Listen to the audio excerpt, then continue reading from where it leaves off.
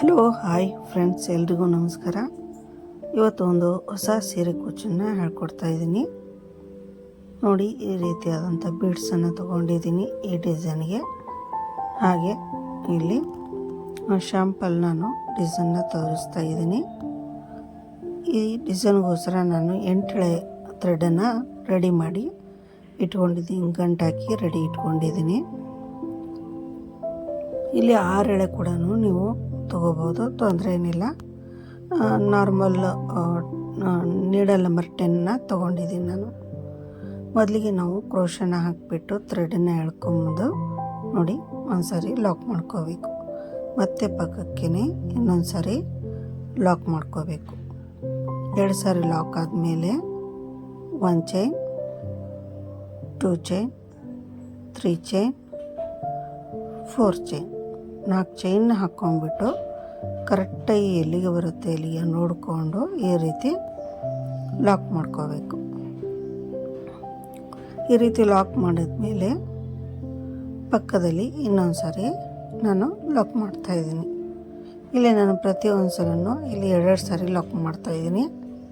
ನಾರ್ಮಲಾಗಿ ಬೇರೆ ಡಿಸೈನ್ ಹಾಕ್ಕೊಂಬಂದೆ ನಾವು 1 ಸಾರಿ ಲಾಕ್ ಮಾಡ್ಕೊತೀವಿ. ಇಲ್ಲಿ ನಾನು 2 ಸಾರಿ ಮಾಡ್ತಾಯಿದ್ದೀನಿ. 2 ಸಾರಿ ಲಾಕ್ ಆದಮೇಲೆ ನೋಡಿ, ಮೊದಲಿಗೆ ಈ ರೀತಿ ಬೇಡನ್ನು ತೊಗೊಂಡ್ಬಿಟ್ಟು ಹಾಕಿ ಥ್ರೆಡ್ ಒಳಗೆ ಹಾಕಿ ನೋಡಿ ಈ ರೀತಿ 1 ಸಾರಿ ಲಾಕ್ ಮಾಡ್ಕೋಬೇಕು.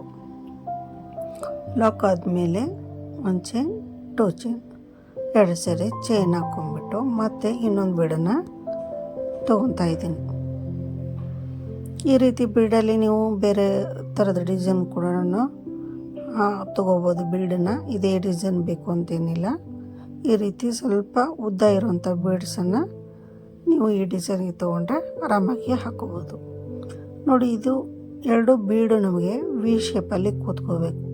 ಈ ರೀತಿ ವಿ ಶೇಪಲ್ಲಿ ಕೂರಿಸ್ಕೊಂಡ್ಬಿಟ್ಟು ಕರೆಕ್ಟಾಗಿ ನಾವು ಬಟ್ಟೆಗೆ ನೋಡಿ ಕರೆಕ್ಟಾಗಿ ಈ ರೀತಿ ಲಾಕ್ ಮಾಡ್ಕೋಬೇಕು.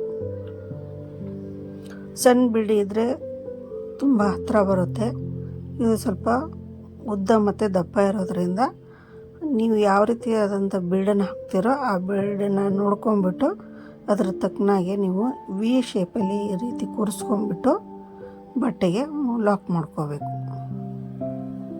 ಈ ರೀತಿ ಲಾಕ್ ಮಾಡ್ಕೋಬೇಕು. ಮತ್ತು ಪಕ್ಕಕ್ಕೆ ಇನ್ನೊಂದು ಸಾರಿ ನಾನು ಲಾಕ್ ಮಾಡ್ಕೊತಾ ಇದ್ದೀನಿ. 2 ಸಾರಿ ಲಾಕ್ ಆದಮೇಲೆ ಮತ್ತು ಇಲ್ಲಿಂದ ನಾವು ನೋಡಿ ರೀತಿ ಕರೆಕ್ಟಾಗಿ ವಿ ಶೇಪಲ್ಲಿ ಕೂರಬೇಕು. ತುಂಬ ದೂರನೂ ಆಗಬಾರ್ದು, ತುಂಬ ಹತ್ತಿರನೂ ಆಗಬಾರ್ದು, ಕರೆಕ್ಟಾಗಿ ಹಾಕ್ಕೋಬೇಕು. ಮತ್ತು ಇಲ್ಲಿ 2 ಚೈನ್, 3 ಚೈನ್, 4 ಚೈನ್, ಮತ್ತೆ 4 ಚೈನ್ ಹಾಕ್ಕೊಂಡ್ಬಿಟ್ಟು ಬಟ್ಟೆಗೆ ಎಲ್ಲಿಗೆ ಬರುತ್ತೆ ಅಲ್ಲಿಗೆ ನೋಡಿಕೊಂಡು ಕರೆಕ್ಟಾಗಿ ಈ ರೀತಿ ಲಾಕ್ ಮಾಡ್ಕೋಬೇಕು. ಲಾಕ್ ಆದಮೇಲೆ ಪಕ್ಕಕ್ಕೆ ಇನ್ನೊಂದು ಸಾರಿ ಲಾಕ್ ಮಾಡ್ಕೋಬೇಕು. ಪಕ್ಕದಲ್ಲಿ ಇನ್ನೊಂದು ಸರಿ ಲಾಕ್ ಆದಮೇಲೆ ಮತ್ತೆ ಥ್ರೆಡನ್ನು ಮೇಲೆ ಎತ್ಕೊಂಡು ಮತ್ತೆ ಬೀಡನ್ನು ಹಾಕೋಬೇಕು. ಬೀಡನ್ನು ಹಾಕ್ಕೊಂಡ್ಬಿಟ್ಟು ಬೀಡು ಲಾಕ್ ಮಾಡ್ಕೋಬೇಕು. ಬೀಡು ಲಾಕ್ ಆದಮೇಲೆ 2 ಸಾರಿ ಚೈನ್ ಹಾಕ್ಕೋಬೇಕು. ಮತ್ತೆ ಥ್ರೆಡನ್ನು ಮೇಲೆ ಎತ್ಕೊಂಡು ಮತ್ತೆ ಇನ್ನೊಂದು ಬೀಡನ್ನು ತಗೋಬೇಕು.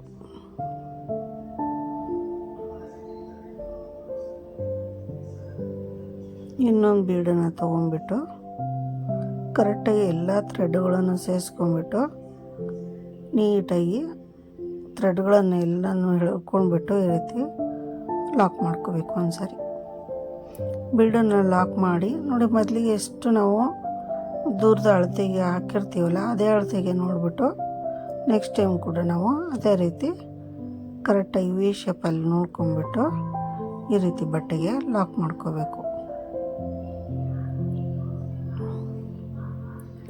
ಈ ರೀತಿ ಲಾಕ್ ಆದಮೇಲೆ ಪಕ್ಕದಲ್ಲಿ ಇನ್ನೊಂದು ಸಾರಿ ಲಾಕ್.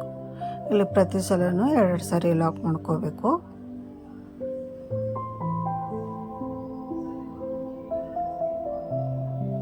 ಎರಡು ಸಾರಿ ಲಾಕ್ ಆದಮೇಲೆ ಮತ್ತೆ 4 ಚೈನ್ನ ಹಾಕೋಬೇಕು. ನೋಡಿ, ಈ ರೀತಿ ನೀಟಾಗಿ ಕೂತ್ಕೋಬೇಕು. ಮತ್ತು 4 ಚೈನು, 2 ಆಯಿತು, 3, 4. ಮತ್ತು ಬಟ್ಟೆಗೆ ಎಲ್ಲಿಗೆ ಬರುತ್ತೆ ಅಲ್ಲಿಗೆ ನೋಡಿಕೊಂಡು ಕರೆಕ್ಟಾಗಿ ಲಾಕನ್ನು ಮಾಡ್ಕೋಬೇಕು. ಒಂದು ಸಾರಿ ಲಾಕ್ ಮಾಡಿಬಿಟ್ಟು ಮತ್ತೆ ಪಕ್ಕದಲ್ಲಿ ಇನ್ನೊಂದು ಸಾರಿ ಲಾಕ್ ಮಾಡ್ಕೋಬೇಕು, ಸಿಂಗಲ್ ಕ್ರೋಶ ಹಾಕ್ಕೋಬೇಕು. ಮತ್ತು ಸೇಮ್ ಅದೇ ರೀತಿ ಬೀಡನ್ನು ಹಾಕ್ಕೊಂಬಿಟ್ಟು ಒಂದು ಸಾರಿ ಲಾಕ್ ಮಾಡಿಕೊಂಡು 2 ಸಾರಿ ಚೈನ್ ಹಾಕಬೇಕು. ಅಂದರೆ 3 ಸಾರಿ ನಾವು ಚೈನ್ನ ಹಾಕಬೇಕು. ನೋಡಿ, ಇದೇ ರೀತಿ ಮೊದಲನೇ ಸ್ಟೆಪ್ಪನ್ನು ಪೂರ್ತಿ ಮುಗಿಸ್ಕೋಬೇಕು. ನೋಡಿ, ಪೂರ್ತಿ ಮುಗಿಸ್ಕೊಂಡಾದಮೇಲೆ ಲಾಸ್ಟಿಗೆ ನಾನು 2 ಚೈನ್ ಹಾಕ್ಬಿಟ್ಟು ಥ್ರೆಡನ್ನು ಕಟ್ ಮಾಡಿದ್ದೀನಿ. ಈಗ ಸೆಕೆಂಡ್ ಸ್ಟೆಪ್ಪಲ್ಲಿ ಸೇಮ್ ಕಲರ್ ಥ್ರೆಡನ್ನು ತೊಗೊತಾ ಇದ್ದೀನಿ ನಾನು. ಇದರಲ್ಲಿ ಜಾಸ್ತಿ ನಮಗೆ ಥ್ರೆಡಲ್ಲಿ ವರ್ಕ್ ಏನಂತೂ ಇಲ್ಲ. ಇದರಲ್ಲಿ ಜಾಸ್ತಿ ನಮಗೆ ಬೀಡ್ ವರ್ಕೇ ಜಾಸ್ತಿ ಇದೆ. ಹೀಗಾಗಿ ಬೇಗ ಕೂಡ ಆಗುತ್ತೆ. ಹಾಗೆ ಕಸ್ಟಮರಿಗೆ ಬೇಗ ಕೂಡ ಹಾಕಿ ಕೊಡ್ಬೋದು. ಬೀಡ್ ಯಾರು ತುಂಬ ಇಷ್ಟಪಡ್ತಾರಲ್ಲ ಅಂಥ ಕಸ್ಟಮರ್ಗೆ ಈ ರೀತಿಯಾದಂಥ ಡಿಸೈನ್ನ ಹಾಕ್ಕೊಡ್ಬೋದು. ಇಲ್ಲಿ ನೆಕ್ಸ್ಟ್ ಸ್ಟೆಪ್ಪಿಗೆ ನಾನು ಸಣ್ಣ ಬೀಡ್ಗಳನ್ನು ತೊಗೊಂಡಿದ್ದೀನಿ. ಮೊದಲಿಗೆ ನೋಡಿ, ಏನು ಫಸ್ಟಿಗೆ ಲಾಕ್ ಮಾಡಿದ್ವಲ್ಲ ಅಲ್ಲೊಂದು ಸರಿ ಲಾಕ್ ಮಾಡಿಕೊಂಡು ಪಕ್ಕದಲ್ಲಿ ಮತ್ತೆ ಇನ್ನೊಂದು ಸರಿ ಲಾಕ್ ಮಾಡ್ಕೊತಾ ಇದ್ದೀನಿ.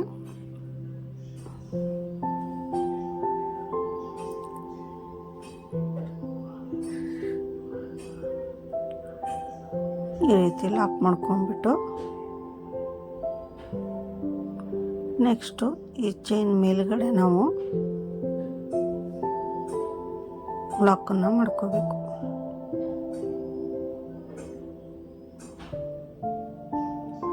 ಮೂರನೇ 2 ಸರಿ ಆಯಿತು. ಈಗ 3ನೇ ಸರಿ ಲಾಕ್ ಮಾಡ್ಕೋಬೇಕು. ಈ 4 ಚೈನ್ಗಡೆ ಮೇಲ್ಗಡೆ 3 ಸರಿ ನಮಗೆ ಲಾಕ್ ಮಾಡಿದರೆ ಸಾಕು.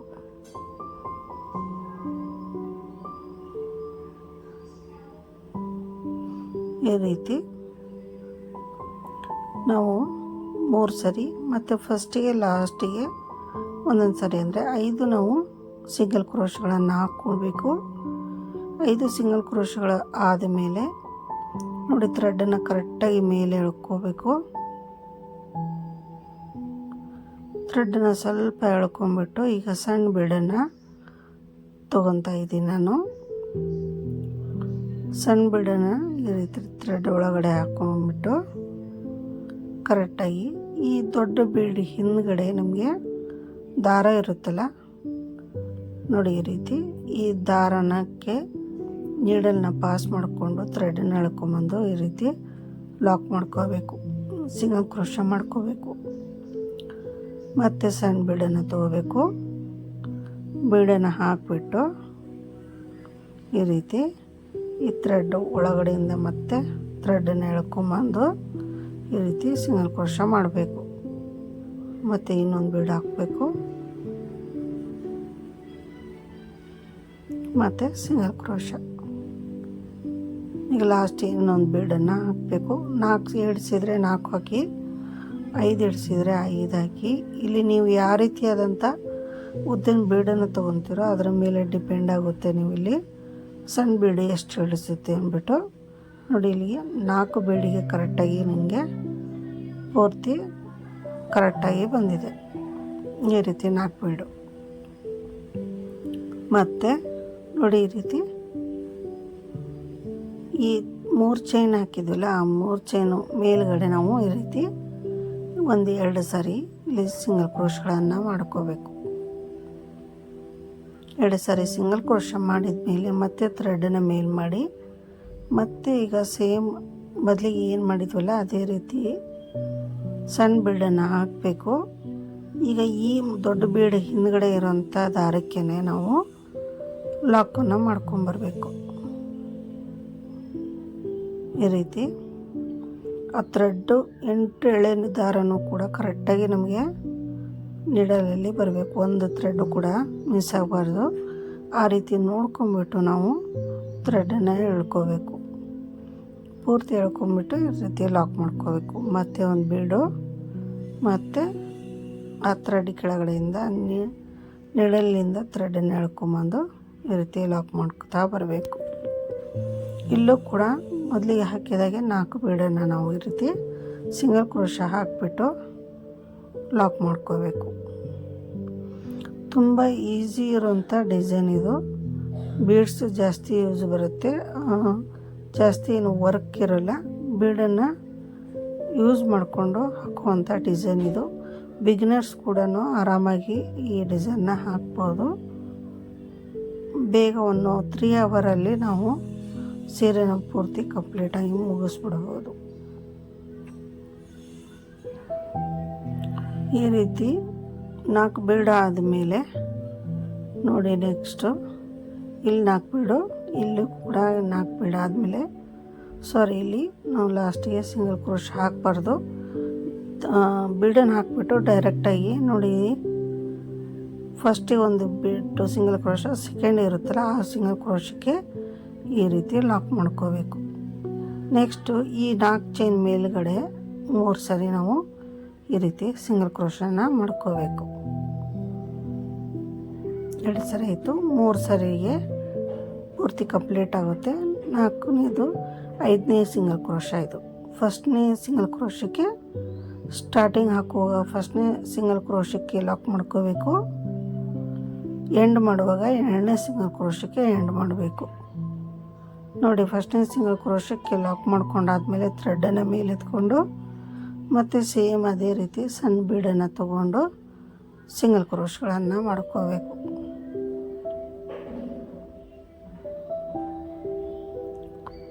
ಇಲ್ಲಿ 8 ಎಳೆ ತೊಗೊಂಡಿರೋದ್ರಿಂದ ನಮಗೆ ದಪ್ಪ ಆಗಿರೋದ್ರಿಂದ ಇಲ್ಲಿ ಥ್ರೆಡ್ಗಳು ಸ್ವಲ್ಪ ಒಂದೊಂದು ಸ್ಕಿಪ್ ಆಗ್ತಾ ಇರುತ್ತೆ. ನೋಡಿ, ಈಗ ಈ ಬೀಡ್ ಹಿಂದ್ಗಡೆ ಇರೋಂಥ ಥ್ರೆಡ್ಡಿಗೆ ನಾವು ಈ ರೀತಿ ನೀಡಲ್ನ ಹಾಕಿಬಿಟ್ಟು ಕ್ಲೀನಾಗಿ ಆ ಎಲ್ಲ ಥ್ರೆಡ್ಡು ಕೂಡ ನಮಗೆ ನೀಡಲಲ್ಲಿ ಸಿಗಬೇಕು ಕ್ಲೀನಾಗಿ. ಆ ರೀತಿ ಕ್ಲೀನಾಗಿ ನಾವು ಹಾಕಿಬಿಟ್ಟು ನೋಡಿರಿ, ಪೂರ್ತಿ ಬಂದಮೇಲೆ ಥ್ರೆಡನ್ನು ಎಳ್ಕೊಂಬರ್ಬೇಕು. ಥ್ರೆಡನ್ನು ಎಳ್ಕೊಂಬಂದು ಈ ರೀತಿ ಲಾಕ್ ಮಾಡ್ಕೋಬೇಕು.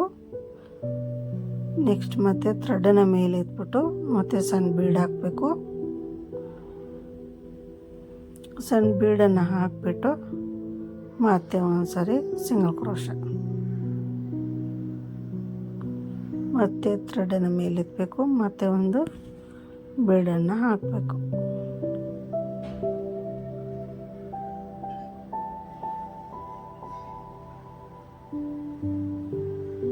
ಮತ್ತು ಸಿಂಗಲ್ ಕ್ರೋಶ, ಮತ್ತು ಒಂದು ಬೀಡನ್ನು ಹಾಕಬೇಕು. ಬೀಡನ್ನು ಹಾಕ್ಬಿಟ್ಟು ಅಲ್ಲಿ ಲಾಸ್ಟ್ನೇ ಬೀಡಿಗೆ ಹಾಕಿದ ಮೇಲೆ ಮತ್ತೆ ಒಂದು ಸರಿ ಲಾಕ್ ಮಾಡ್ಕೋಬೇಕು.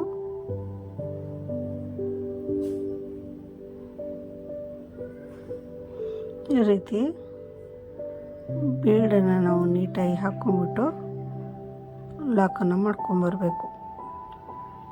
ಇಲ್ಲಿ ನಾನು ವಿಡಿಯೋನ ಸ್ವಲ್ಪ ನಾರ್ಮಲಾಗಿ ತೋರಿಸ್ತಾ ಇದ್ದೀನಿ, ಫಾಸ್ಟಾಗಿ ಮಾಡಿಲ್ಲ.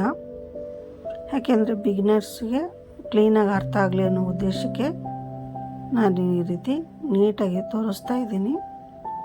ನೋಡಿ, ಲಾಸ್ಟಿಗೆ ಲಾಕ್ ಆದಮೇಲೆ ಈ 3 ಚೈನ್ ಮೇಲ್ಗಡೆ 2 ಸರಿ ಈ ರೀತಿ ಲಾಕ್ ಮಾಡ್ಕೋಬೇಕು. 2 ಸರಿ ಈ ರೀತಿ ಲಾಕ್ ಮಾಡ್ಕೊಂಡಾದ್ಮೇಲೆ ನೆಕ್ಸ್ಟ್ ದೊಡ್ಡ ಬೀಡ್ ಕಡೆ 4 ಸಣ್ಣ ಬೀಡನ್ನು ಹಾಕ್ಬಿಟ್ಟು ಸಿಂಗಲ್ ಕ್ರೋಶಗಳನ್ನು ಮಾಡ್ಕೋಬೇಕು. ಒಂದೇ ಸಾರಿ ನಾವು 2-3 ಬೀಡು ಕೂಡ ತೊಗೊಳಕ್ಕೆ ಬರುತ್ತೆ. ಬಿಗ್ನರ್ಸಿಗೆ ನಾವು ತೋರ್ಸೋಕ್ಕೋಸ್ಕರ ಕೂಡ ನಾನು ಒಂದೊಂದೇ ಬೀಡನ್ನು ತೊಗೊತಾ ಇದ್ದೀನಿ. ನೋಡಿ, ಆ ಬೀಡಿಗೆ ಹಿಂದ್ಗಡೆ ಇರೋಂಥ ಥ್ರೆಡ್ಡನ್ನು ಎಲ್ಲ ಥ್ರೆಡ್ಗಳನ್ನು ಸೇರಿಸ್ಕೊಂಡು ಈ ರೀತಿ ಸಿಂಗಲ್ ಕ್ರೋಶ ಒಂದು ಸಾರಿ ಮಾಡಿದ್ರೆ ನೀಟಾಗಿ ನೆಕ್ಸ್ಟ್ ಹಾಕುವ ನಮಗೆ ಈಸಿ ಆಗುತ್ತೆ. ಬೀಡನ್ನು ಹಾಕಬೇಕು, ಈ ರೀತಿ ಥ್ರೆಡನ್ನು ಎಳ್ಕೊಂಬಂದು ಲಾಕ್ ಮಾಡ್ಕೋಬೇಕು. ಈ ರೀತಿ 4 ಬೀಡನ್ನು ನಾವು ಈ ರೀತಿ ಲಾಕ್ ಮಾಡ್ಕೋಬೇಕು. ಮತ್ತು ಬೀಡನ್ನು ಹಾಕ್ಕೋಬೇಕು. ಈಗ ಲಾಸ್ಟ್ನೇದಕ್ಕೆ ನಾವು ಇಲ್ಲಿ ಲಾಸ್ಟ್ನೇದಕ್ಕೆ ಸಿಂಗಲ್ ಕ್ರೋಶ ಬೇಕಾಗಿರಲ್ಲ. ಡೈರೆಕ್ಟಾಗಿ ನಾವು ಈ 7ನೇ ಸಿಂಗಲ್ ಕ್ರೋಶಕ್ಕೇ ಈ ರೀತಿ ಲಾಕ್ ಮಾಡಬೇಕು. ಫಸ್ಟಿಗೂ ಕೂಡ ನಾವು ಸಿಂಗಲ್ ಕ್ರೋಶ ಹಾಕಿದ್ಮೇಲೆ ಬೀಡನ್ನು ಹಾಕ್ಕೊಂಡು ಯಾವ ರೀತಿ ಮಾಡ್ತೀವೋ ಎಂಡಿಗೂ ಕೂಡ ಅದೇ ರೀತಿ ಮಾಡಬೇಕು. ಮತ್ತು ಈ 4 ಚೈನ್ ಮೇಲುಗಡೆ 3 ನಾವು ಸಿಂಗಲ್ ಕ್ರೋಶ ಮಾಡಬೇಕು. ನೋಡಿ, ಒಂದು ಥ್ರೆಡ್ ಮಿಸ್ ಆದರೆ ಇಲ್ಲಿ ನಮಗೆ ಸುಕ್ಕ ಕಾಣುತ್ತೆ. ಆವಾಗ ಆ ಟೈಮಲ್ಲಿ ನಾವು ಬಿಚ್ಕೊಂಡ್ಬಿಟ್ಟು ಕ್ಲೀನಾಗಿ ಹಾಕ್ಕೊಂಬಿಡ್ಬೇಕು.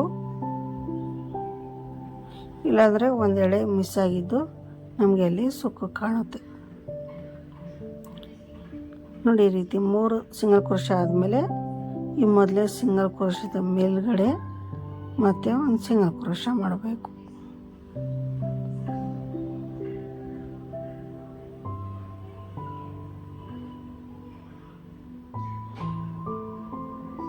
ಸಿಂಗಲ್ ಕ್ರೋಶ ಆದಮೇಲೆ ಮತ್ತೆ ಅದೇ ರೀತಿ ನಾನೀಗ 2 ಆರ್ಚನ್ನು ತೋರಿಸಿದ್ದೀನಿ ಯಾವ ರೀತಿ ಮಾಡೋದಂತ.